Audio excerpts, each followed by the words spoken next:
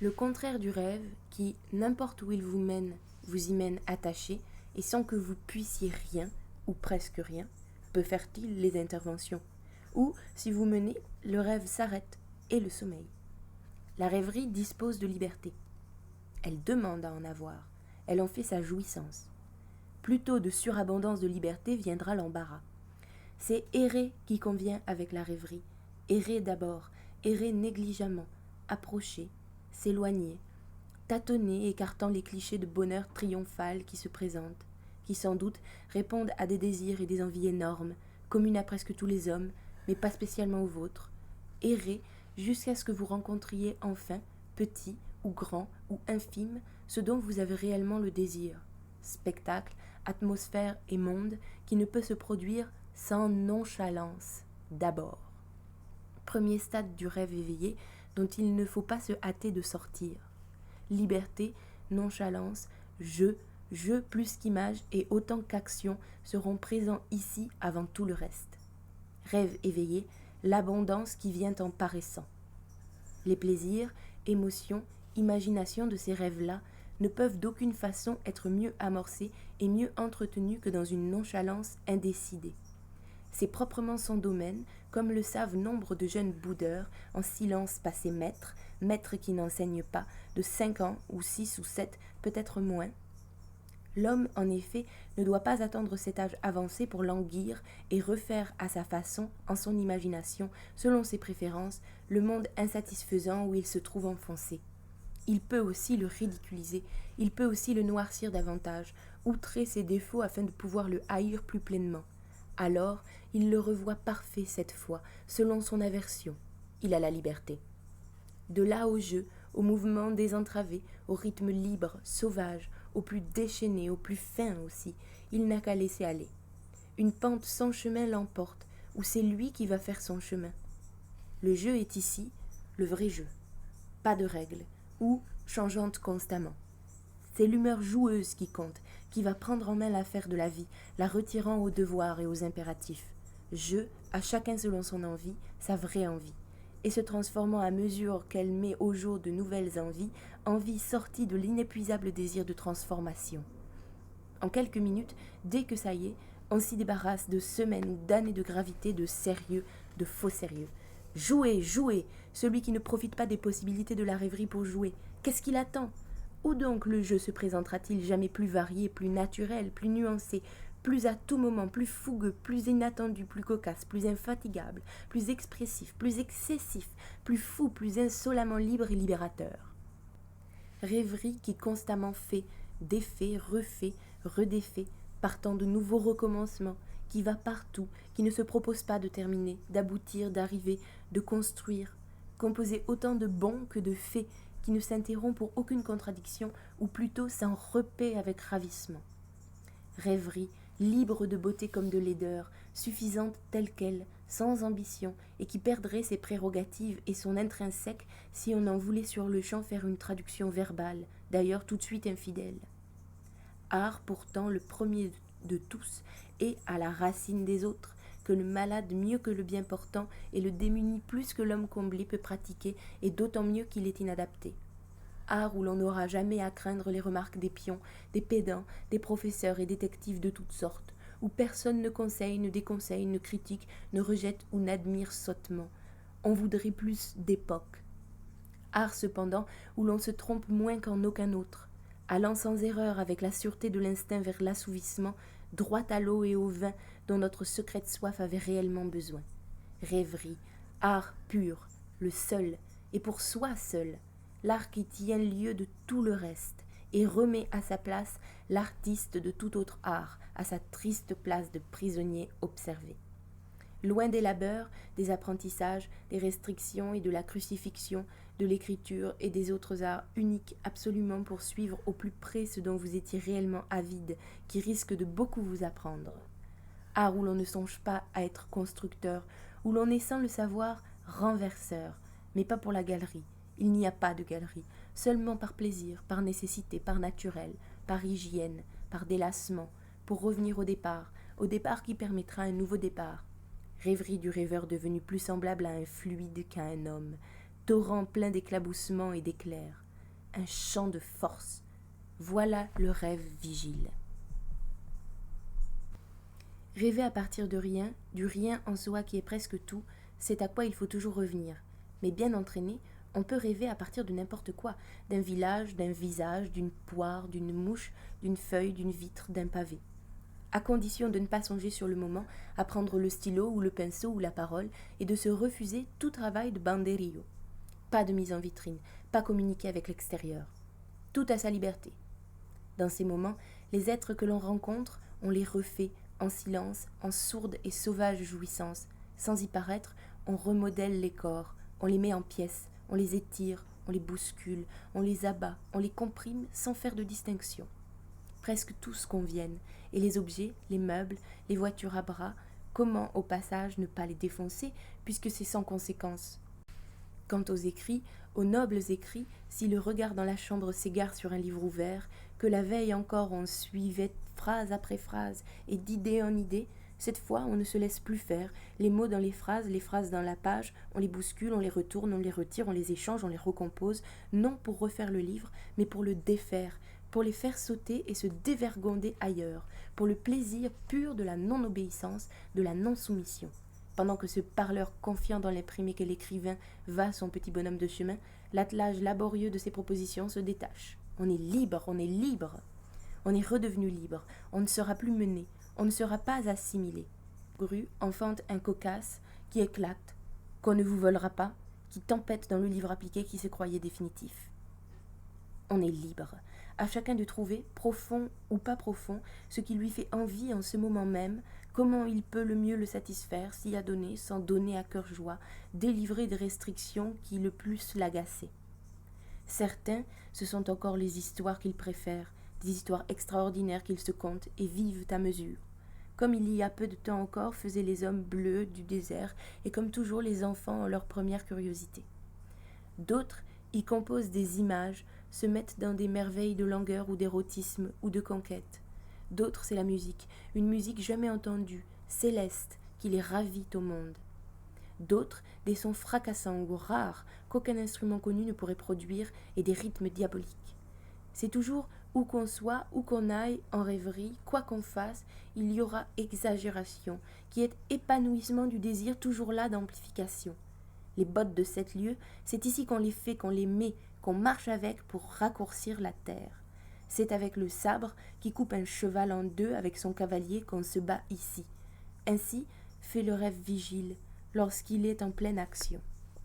Pour moi, après tant d'années, le rêve assouvit encore un désir inapaisé de mouvement, d'intense, excessif mouvement, me faisant vivre surtout de gestes, de rythmes, d'actes.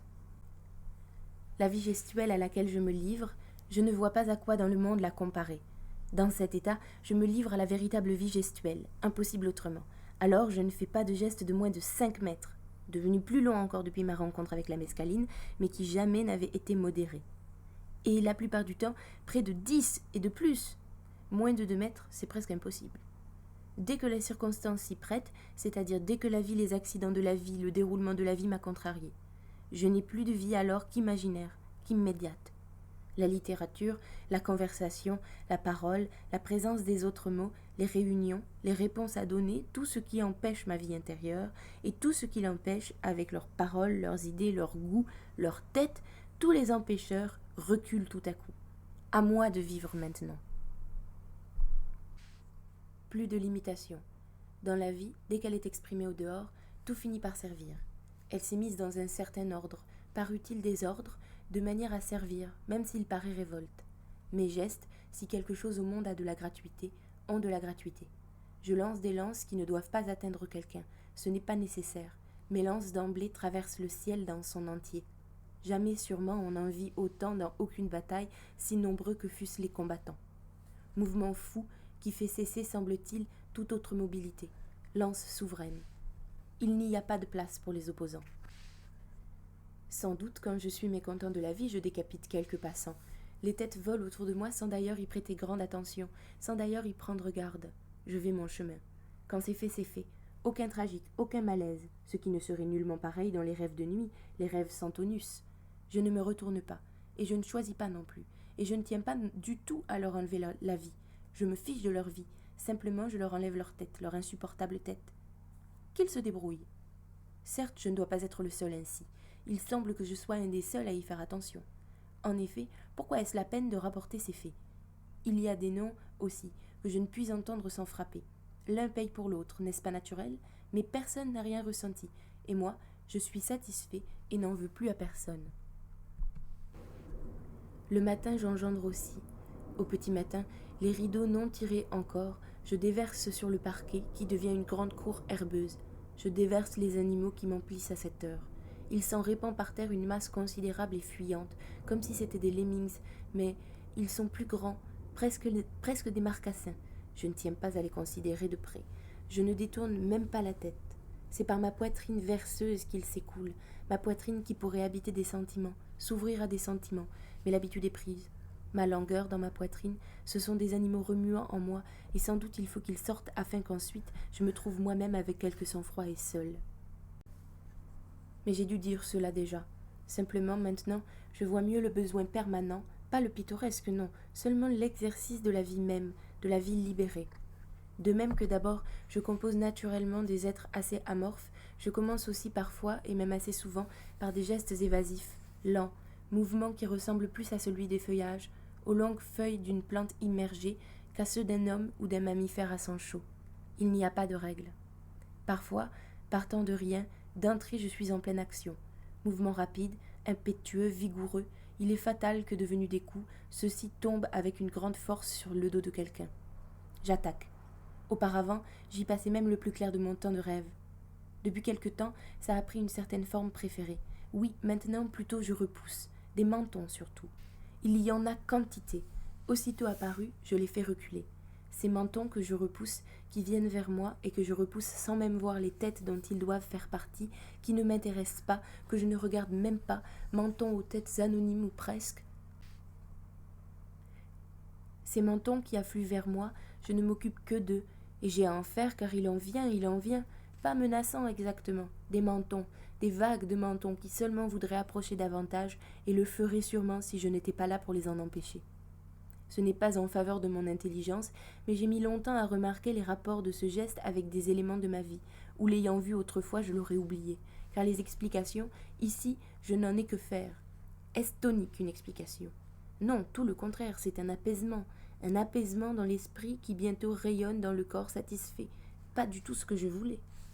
Mais enfin, le rapport me vient ou me revient, ces mentons qui vers moi avancent, que je repousse, que je chasse, que j'éloigne, que je frappe aussi, que je démolis s'il est nécessaire, c'est à cause des lettres que je reçois et des gens qui veulent m'approcher d'une façon ou de l'autre, qui veulent la communication, la trop fameuse communication.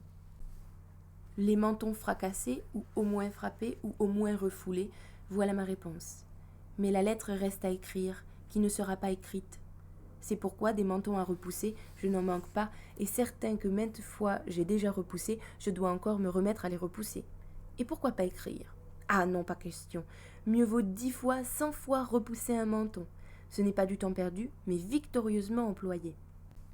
Il est rare que je doive aller plus loin, mais enfin, il est des obstinés qui dans la vie me prennent par des sentiments divers qui font en quelque sorte le siège de ma personne.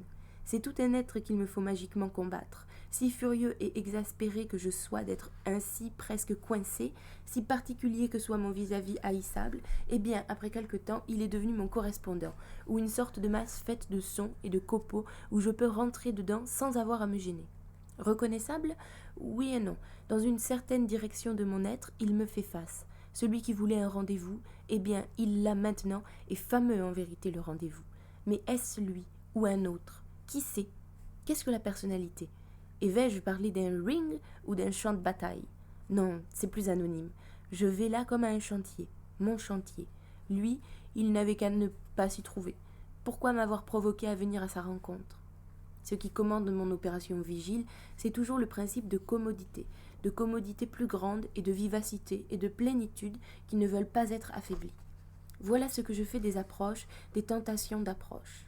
Une lettre en réponse aux lettres, ferait-elle mieux?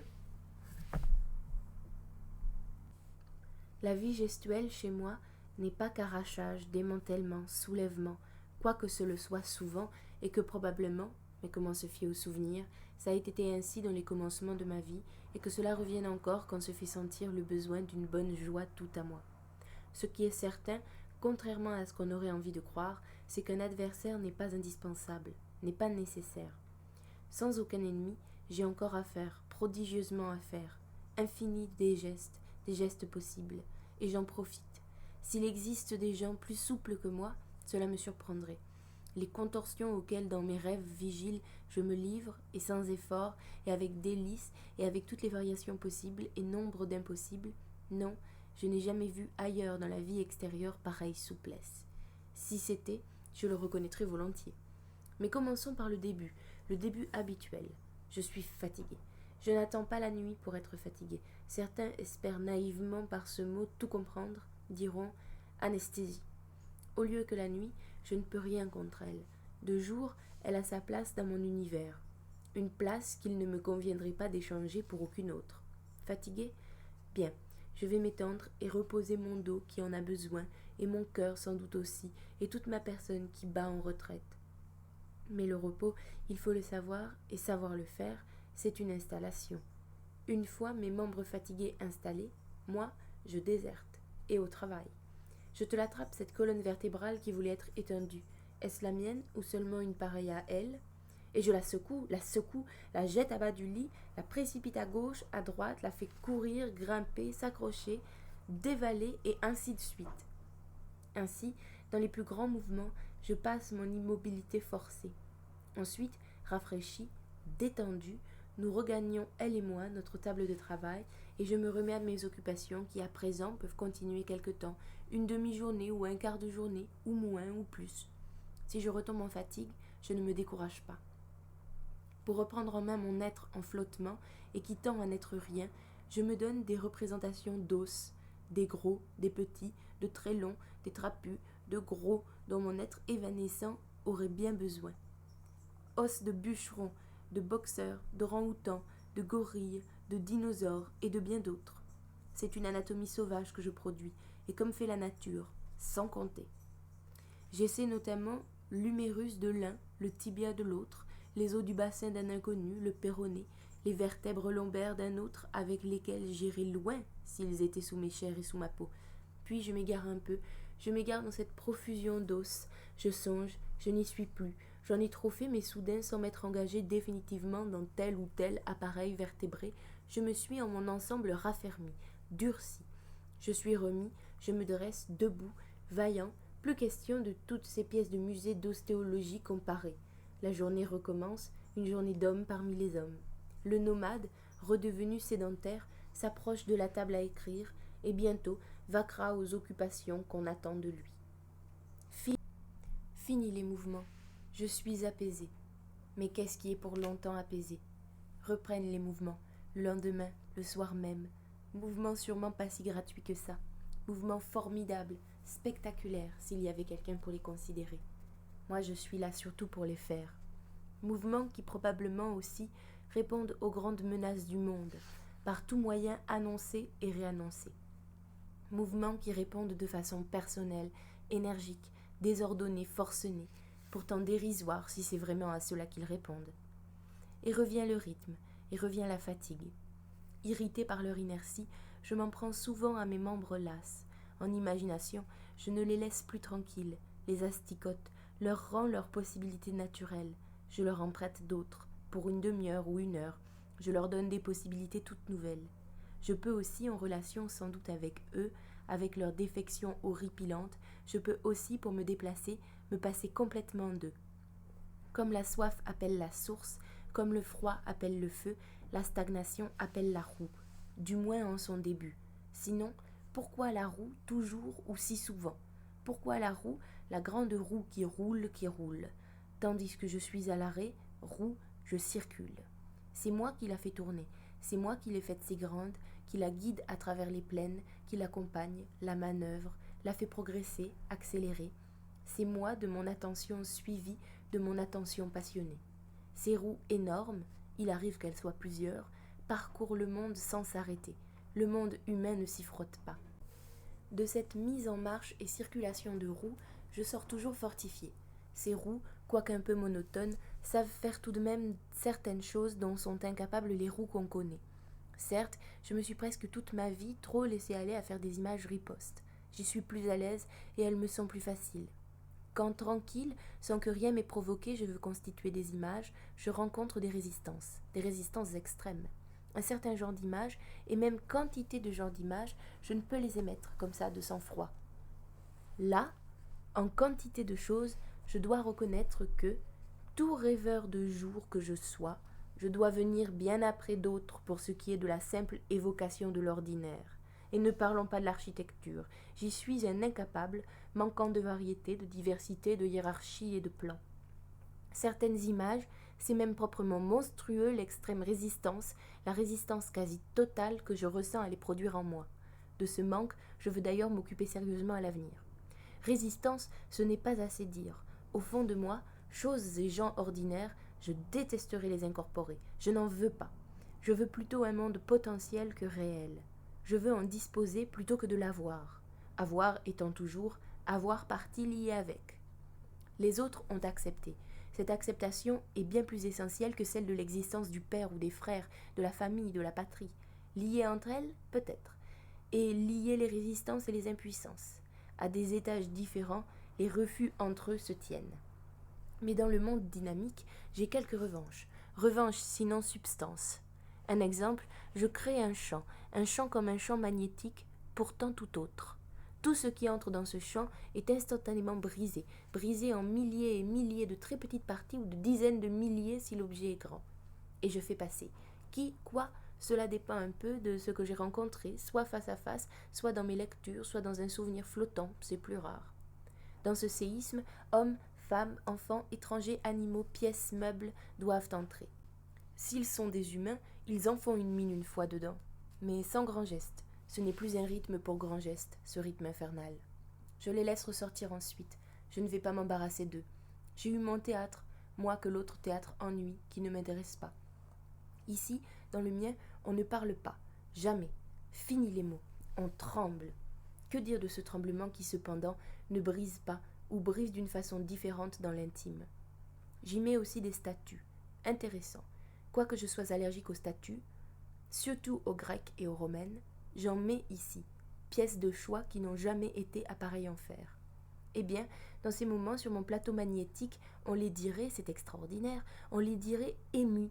Elles, ces grandes poseuses immobiles depuis des millénaires, quelque chose passe en elles, presque la vie, quelque chose comme un sentiment secret, comme 10, 20 sentiments secrets se précipitant dessus, ou plutôt dessous, bouleversement que je ne puis voir moi-même sans bouleversement, quoiqu'il soit en elles petit, si petit, mais que je vois, que je sens irrémédiable. Les statues, une fois dans mon champ, il n'y en a pas une qui résiste. Évidemment, des choses plus communes, épicerie, bureaux, meubles, je n'arrive pas à les voir. Dans d'autres têtes, elles entrent, je n'ai nul doute là-dessus. En rêverie, chacun ses privilèges, à moi les miens. J'en veux parler abondamment plus tard, mais j'en veux dire déjà un mot maintenant, de l'effet des représentations d'images, de masses en mouvement, de son hygiène mentale, hygiène de la personne. Que c'est le début de bien des choses, d'autres choses, et la base même de la contemplation. Ce n'est pas ce qui ressort de ce que j'ai jusqu'ici décrit. Pourquoi ? Parce qu'il manque quelque chose ? Non, parce qu'il y a quelque chose en trop. Ce trop qu'il faudrait enlever à mes rêves vigiles, c'est le jeu. Pour méditer, il faut se retenir de jouer. Alors tout change. Et en 1 ou 2 ou 3 dizaines de minutes, c'est fait. Là, les mouvements sont à déconseiller, surtout les mouvements vifs. Les gourous proposent souvent l'intérieure contemplation de la fleur de lotus, à la corolle large, ou, lentement, lentement s'ouvrant, ou qui va s'ouvrir, ou un bourgeon. Ils veulent ainsi, en cette image, que soit présente l'incessante aspiration calme au développement spirituel. Une image peut aller loin, si l'on s'y tient. La persévérance fait le principal. Vertu de l'image unique, de l'image fixe, de l'image modèle, son pouvoir restaurateur, son pouvoir d'exclusion. Vertu de l'image qui va préparer le sans-image, mais avec la même force, la même prédominance. Vide substance. Le jeu. Mais vais-je y renoncer comme je l'ai fait durant des années, alors que je viens merveilleusement de le retrouver ? Et d'autre part, C'est un homme sur un rail, celui qui ne sait pas jouer. Un infirme, un homme à œillères. Et sont-ce des jeux, les mouvements?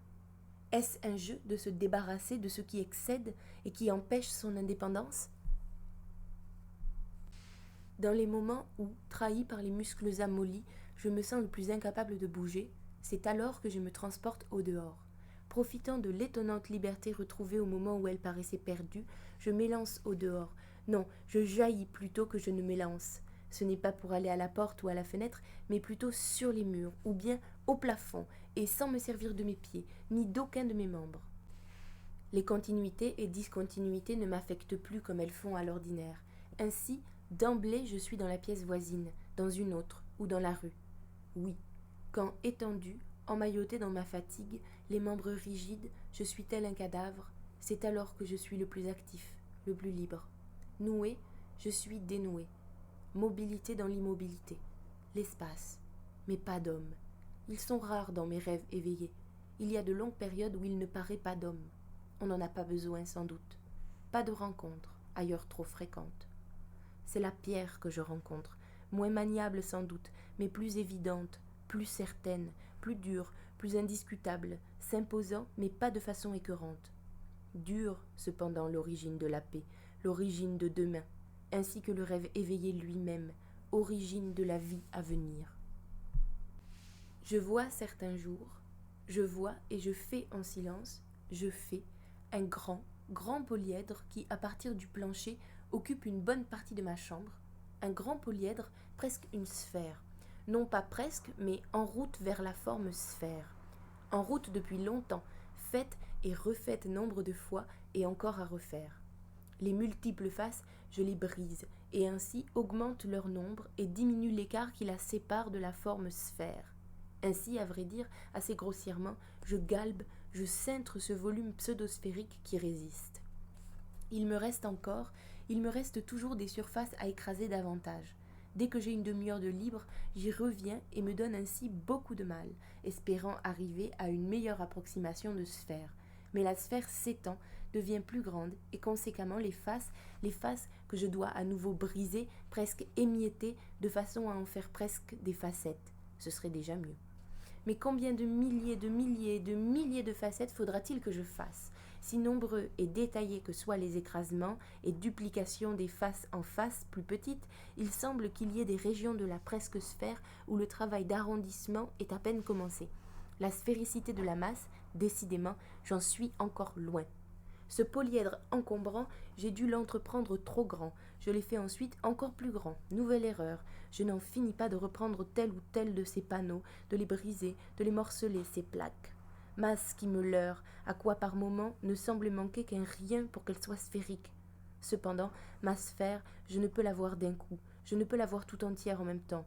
De là mes illusions. Il y a longtemps déjà que j'ai commencé ce grand polyèdre dont je veux faire une sphère. Est-ce tellement important ? Et ce doit l'être en quelque façon. Oui, assurément, sinon y travaillerais-je tellement, alors que je pourrais si bien me délasser, abandonner? Je fais, d'autrefois, un soleil. Non, il ne se compare pas au soleil de notre ciel, pour la grandeur, et il n'a pas sa chimie. Mais pour sa luminosité et surtout pour son ardeur très en dedans, il est bien un soleil, de la famille des soleils. Je le fais, je ne sais comment, m'y mettant tout entier. Toutefois, je ne tourne pas mes regards vers lui. Mes paupières lasses sous mon front sont de lourdes draperies qu'avec des muscles oculaires affaiblis, il n'est pas question de soulever. Même en esprit, elles ne seront pas soulevées. Pas nécessaire. Le soleil est là, suffit. Dans ma chambre ou non. Il m'arrive de le faire dehors quand l'aube n'a pas commencé encore, lorsque le pépiment de moineau m'a réveillé, ou simplement le murmure vague du perpétuel recommencement. Me substituant au soleil défaillant qui ne veut pas paraître, empêché soit par des nuages ou par des obstacles divers, ou simplement par l'heure qui n'est pas la sienne, je fais un soleil. Resplendissant, pas tellement, mais sa surface et son tréfonds bouillonnent d'énergie. Soleil de toutes les énergies. Pas une lune, non, rien d'une lune. Je sais qu'il est là, de l'autre côté des volets, qu'il voudrait forcer. Mais je le maintiens ainsi. Sa chaleur, si on la réussissait, serait abominable, serait bientôt dévoration, mais il ne faut pas. D'ailleurs, l'homme et même le bois sont si médiocres, si intolérants à la vraie chaleur, je ne l'oublie pas. En autre chose plus précieuse, je mue alors son ardeur, son extrême ardeur. Pourquoi n'ai-je pas fait de progrès en rêve vigile? Pourquoi les ai-je tant de fois et presque régulièrement lâchés après des périodes pourtant incomparables? C'est une question que souvent je me suis posée. C'est sans doute parce que ces rêves-là, exaltants ou non, n'arrivent que précédés, entourés d'une certaine tension, malgré les apparences de paresse ou d'abattement. Tension dont je désire obscurément me débarrasser, et me débarrasser autrement. Cet équilibre tonus-dépression étant en outre assez délicat à trouver et à maintenir. Alors par lâcheté j'écris, et c'est la fin, c'est le dégonflement. Rêverie tombée, je suis dans le circuit. Race humaine, nation francophone, classe d'intellectuels d'Occident, cercle de lecteurs, même si je n'en vais rencontrer que 2 ou 3, ou même un seul. Un et moi, ou un et 1000, circuit. Alors, adieu rêverie, rêverie à quoi pourtant je dois tant, je dois presque tout, et en ce que je fais, et en ce que je ferai, et surtout en ce que je serai. Sans compter chaque jour, ou sans m'en rendre compte grâce à elle, aux premières minutes de libre, je culbute ma matinée ou mon après-midi, et à ma façon, la dynamise sans restriction, la dynamise selon mon bon plaisir. Il n'y a pas que les jouissances, il y a les suites, et dans les suites des inconvénients.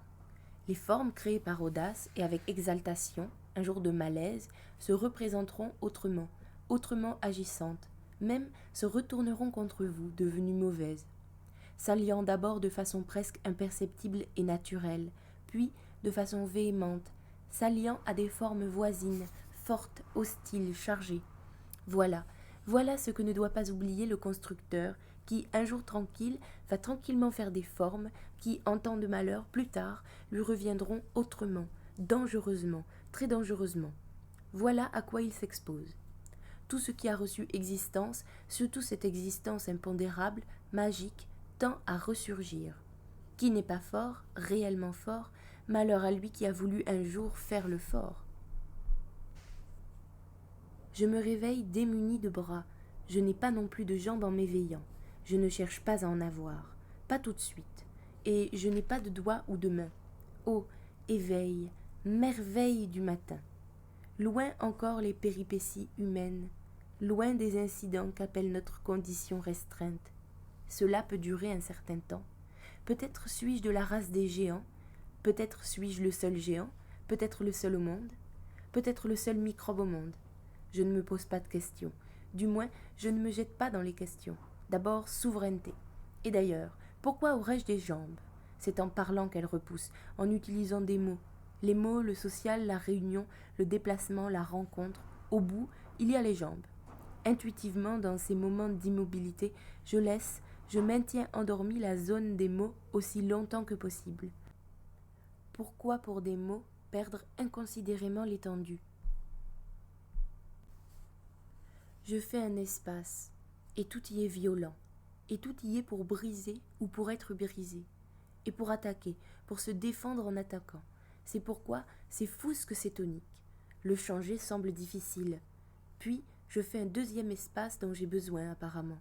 En cet espace règne une douceur, une horizontalité, une égalité, une harmonie. Cependant, sa satisfaction même ne me donne pas satisfaction. Il se défait par une sorte d'indifférence qui appelle l'endormissement. Il faut un troisième espace. Cet espace est pour englober les précédents. Donc, il doit être grand, plus grand, et je le fais grand, et de plus en plus l'agrandis pour que le premier et le second y tiennent. En vain, c'est autre chose que la grandeur, ce dont il a surtout besoin pour les enfermer l'un et l'autre. Dans l'atelier de mon imagination, je fais apparaître le métal ou la pierre. Je travaille dans l'instantané. Ce dont j'ai besoin vient et doit venir à l'instant. Ce à quoi j'aurai goût ou exaltation et ce dont je vais avoir horreur, car il n'est pas clair si vraiment je me rends compte que j'aurai horreur ou admiration. Je crois que ça vient après. C'est d'ailleurs si rapide, si inattendu, quoique partie de mon activité. Ce que je ne peux écrire, ce que je ne peux peindre, je peux l'avoir dans mon atelier, l'y faire surgir au moins. Atelier des créations, atelier des ravages dans mes créations. Mes constructions en imagination, on peut en dire du mal, dire qu'elles manqueront toujours de ceci et de cela, qui sont davantage ou semblent appartenir davantage à l'homme, à l'humain. Certes, mes fabrications, ce n'est pas tout, quoique je puisse dire que c'est plus qu'il ne paraît, que c'est plus décisif, plus entraînant que, disons, le théâtre des sentiments, des états d'âme. J'ai, pour les opérations de ce théâtre-là, plus de difficultés, beaucoup plus et presque toujours insurmontables. L'absence de mots, absence que je suis bien décidée à maintenir, ne facilite pas son apparition. Sans parole, je veux des masses psychiques. Les sentiments, tenus plutôt à l'écart, ce sera pour des redressements de situation en cas de besoin. Cela m'intéresse alors, et je le réussis parfois. Là où était l'écrasement, je fais, j'ai le dépassement. Là où était le dégoût, je fais, j'ai l'émerveillement. Là où j'étais devenu petit, je fais, j'ai la grandeur. Là où l'on me tenait, je crée, j'obtiens la souveraineté. Action accomplie. Mais la gamme des sentiments reste assez incomplète. Engrenage flou et vicieux où je ne tiens pas à me mettre, d'où j'aurai peut-être peine à sortir. Création. Sans doute autre chose, mais c'est d'abord se mettre dans un flux. Malgré de nombreuses mises en route, à tant d'époques, j'ai gâché. Je suis de plus en plus persuadée que je gâche encore, et malgré des résolutions réitérées, je sens que je gâcherai sûrement encore longtemps le phénomène de rêverie de base. Trop d'activité. Activité quand il n'en faudrait pas, quand il n'en faudrait plus. Il y a un certain temps pour l'attention, un certain temps pour l'abandon. Savoir y revenir 100 fois. Car les mouvements ne sont pas le commencement, ils sont déjà une spécialisation, ce qui exclut tant de choses. Il me faut revenir à l'état où je fus d'abord, et tout rêveur de jour le doit, l'état d'indifférenciation, de détachement égaliseur. Alors, on peut regarder presque n'importe quoi, ou ne regarder rien. L'être sans résistance, sans accident, sans se laisser devenir accidenté, s'étend, nappe sa volonté en hibernation. Les étendues les plus considérables, les moins semblables à l'homme, lui conviennent le mieux alors. À nouveau, tout est possible, le sans forme, le tout peut arriver. Si l'on demeure dans la rêverie, l'active rêverie. La rêverie toujours à recommencer. Le recueillement dans la rêverie.